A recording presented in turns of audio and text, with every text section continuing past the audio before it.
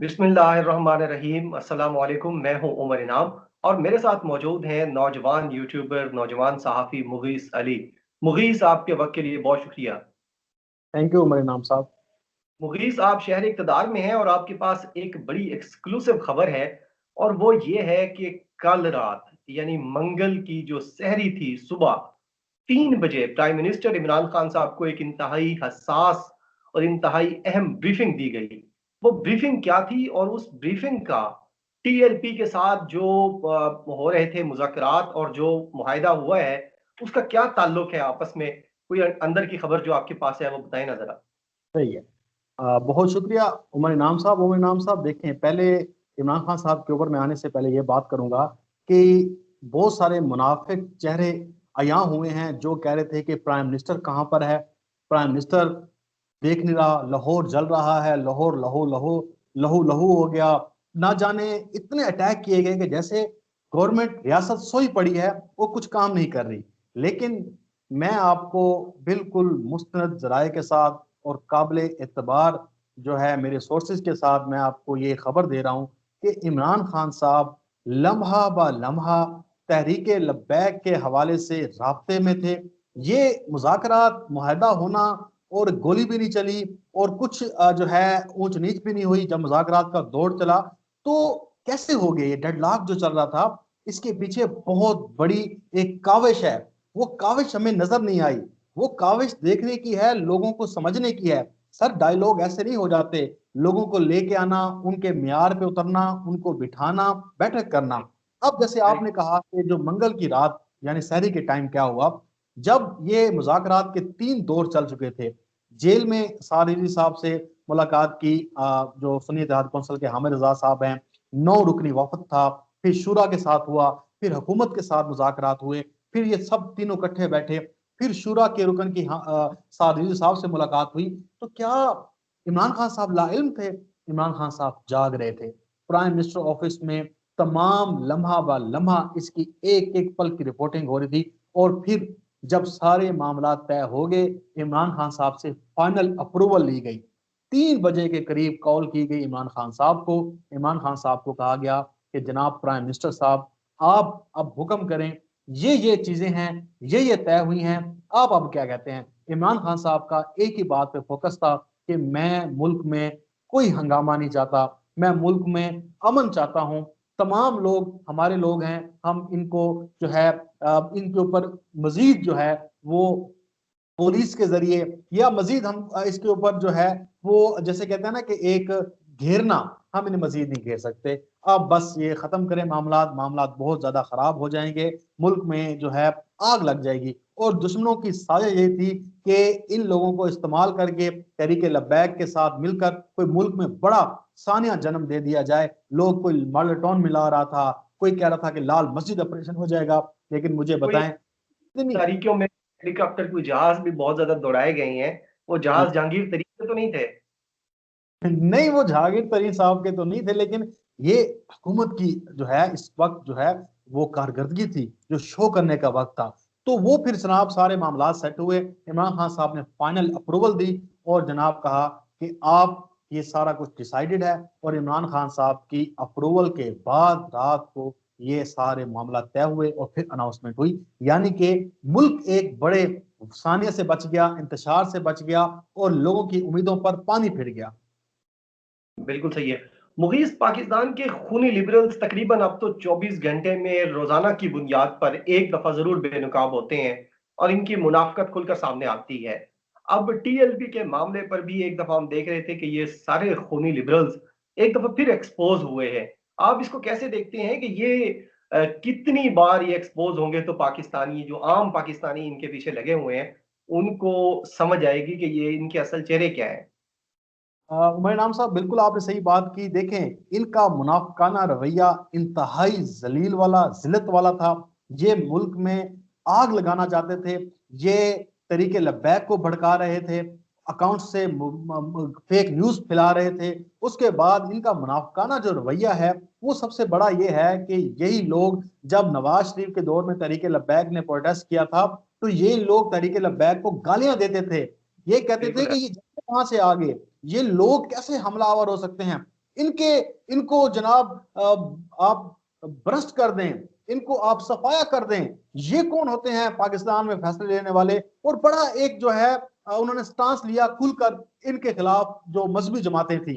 आज जब ये मामला सामने आया तो ये लोग इतने जो है कमीने निकले, इतने, मैं माजरत के साथ, कोई सुन रहा है तो मैं उनसे माजरत करता हूं, क्योंकि मुझे ये कहने दें, क्योंकि ये पाकिस्तान के खैर खा नहीं हो सकते। मैंने जो देखा है ग्राउंड्स पर खुद जो है मैं मौजूद था उमर भाई, मैं एक एक चीज की रिपोर्टिंग कर रहा था और मेरे पास मुस्तनद चीजें पहुंच रही थी। लेकिन जब मैं इनकी ट्वीट्स देखता था और इनकी आग लगाने वाली बातें सुनता था तो खून खोलता था कि यार ये पाकिस्तान के खैर खा हो सकते हैं। इन्होंने जनाब इमरान खान पे प्रेशर बिल्ड करना शुरू कर दिया और इनकी ये ख्वाहिश थी कि तहरीक लब्बैक किसी तरह से कोई बहुत बड़ा इकदाम उठा ले और मुल्क में अफरा तफरी फैल जाए। हालांकि इनका हमेशा से ये स्टांस रहा है कि ये मजहबी जमातों के खिलाफ बात करते हैं, जैसे पीपल्स पार्टी हो गई, ये सारे लिबरल्स हो गए, ये 2 टके के लोग हो गए जो अगयार की जो है डॉलरों पर बिकते हैं, डॉलरों के ऊपर नाचते हैं, ये पाकिस्तान में फसाद फैलाना चाहते थे। अब ये तरीके लब्बैक को सपोर्ट करना शुरू कर दिया इन्होंने। इन्होंने कहा कि जनाब ये तो बहुत अच्छे, हालांकि ये मुनाफिकाना रवैया था, ये कुछ दिल से सपोर्ट नहीं कर रहे थे। ये मैं आपको आज हल्फन कह रहा हूं कि ये तहरीके लब्बैक को पसंद नहीं कर रहे थे। ये बुग़्ज़ इमरान खान के, बुग़्ज़ इमरान खान और फौज के बुग़्ज़ में और मुल्क में इंतशार फैलाने के लिए बैरूनी एजेंडे के तहत ये पाकिस्तान में इनको सपोर्ट कर रहे थे, चाहते थे कि कोई फसाद बर्पा हो, इमरान खान की जो है वो गवर्नमेंट गैर मुस्तहकम हो, मुल्क में अफरा तफरी फैल जाए, लाशें गिर जाएं, उनको मौका मिल जाए, क्योंकि पीटीएम तो वो कुछ कर नहीं सकी, ना ही और पीटीएम कर सकी है। ये एक करना चाहते थे। ये देखिए मुनाफिकाना रवैया, इनके सब कुछ चेहरे आया हुए, तमाम आज देसी लिबरल्स की बूथियां लटक गई हैं, वो जनाब अब मुंह दिखाने के लायक नहीं है। अब भी वो मुनाफिकाना रवैया अख्तियार कर रहे हैं, कह रहे हैं जी आप तो टीएलपी के सामने आपने सरेंडर कर दिया, आप तो झुक गए। यानी कि पहले कह रहे थे कि आपने झुकना नहीं है, जब आपने मुज़ाकरात किए तो आप तो जी कालदम तंजीम से मुज़ाकरात कर रहे हैं। ओ भाई तुम कौन होते हो? तुम हो कौन? तुम्हारा न 3 में न 13 में गवर्नमेंट इमरान खान की है, उसने फैसले करने हैं। इमरान खान को कोई ना बताए कि उसने हुकूमत कैसे करनी है। ये जनाब आज इन्होंने उल्टी कलाबाजी ली, फिर वही मुनाफिकाना रवैया अख्तियार किया, अब हुकूमत के खिलाफ हो गए और जनाब नून लीग को सपोर्ट कर रहे हैं। जी नून लीग ने सही किया, ये तो जी पार्लियामेंट में खराब ले आए हैं। सूची हैं और भगोड़े गवाल मंडेला साहब हैं, इनकी पार्टी भी एक दफा फिर मजहब के नाम पर मजहब कार्ड खेल रही थी।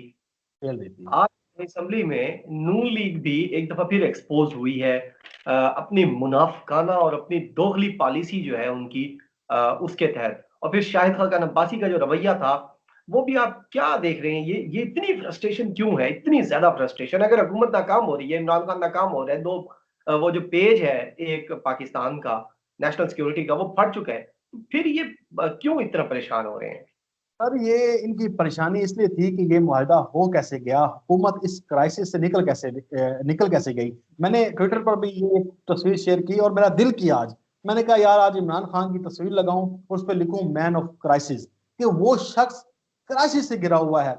ऐसा कौन सा दिन है मुझे बताएं इमरान खान की गवर्नमेंट पर जिस दिन इसके ऊपर क्राइसिस नहीं आए।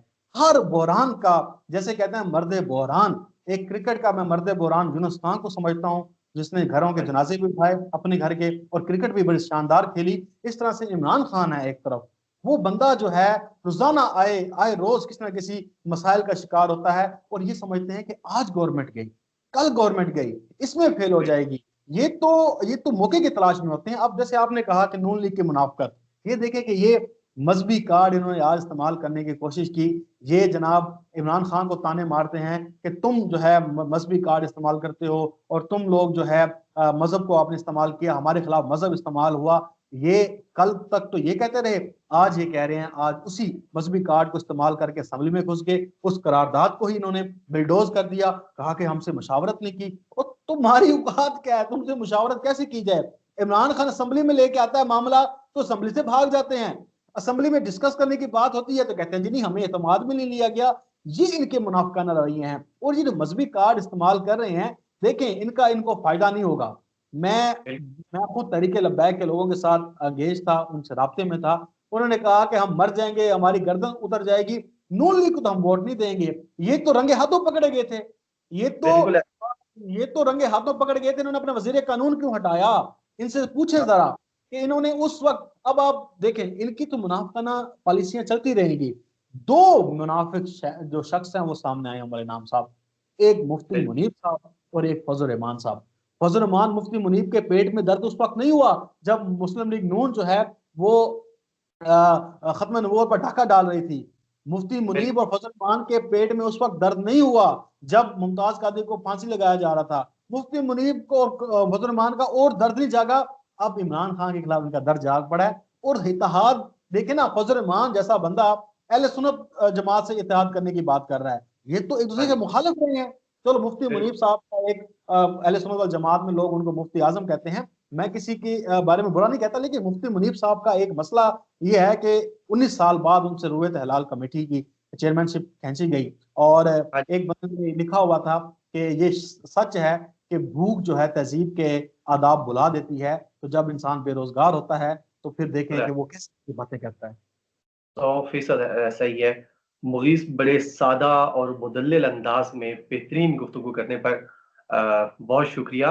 और मैं आपको क्योंकि आपसे बहुत दूर बैठा हूँ, बड़ा अरसा हो गया, तो मैं आपको शाबाश भी देता हूँ कि इस पूरे क्राइसिस में जिस तरह पहली वीडियो आपकी आई थी, सबसे पहले जो यूट्यूबर्स हैं मेरे जैसे जो बेडरूम्स में बैठकर रिपोर्टिंग करते हैं, आपने उनके बरक्स ग्राउंड पे पहुँच के इंतहाई खतरनाक हालत में जितनी वीडियोज़ की हैं, तो उस पे आपको खिराज तहसीन और शाबाश।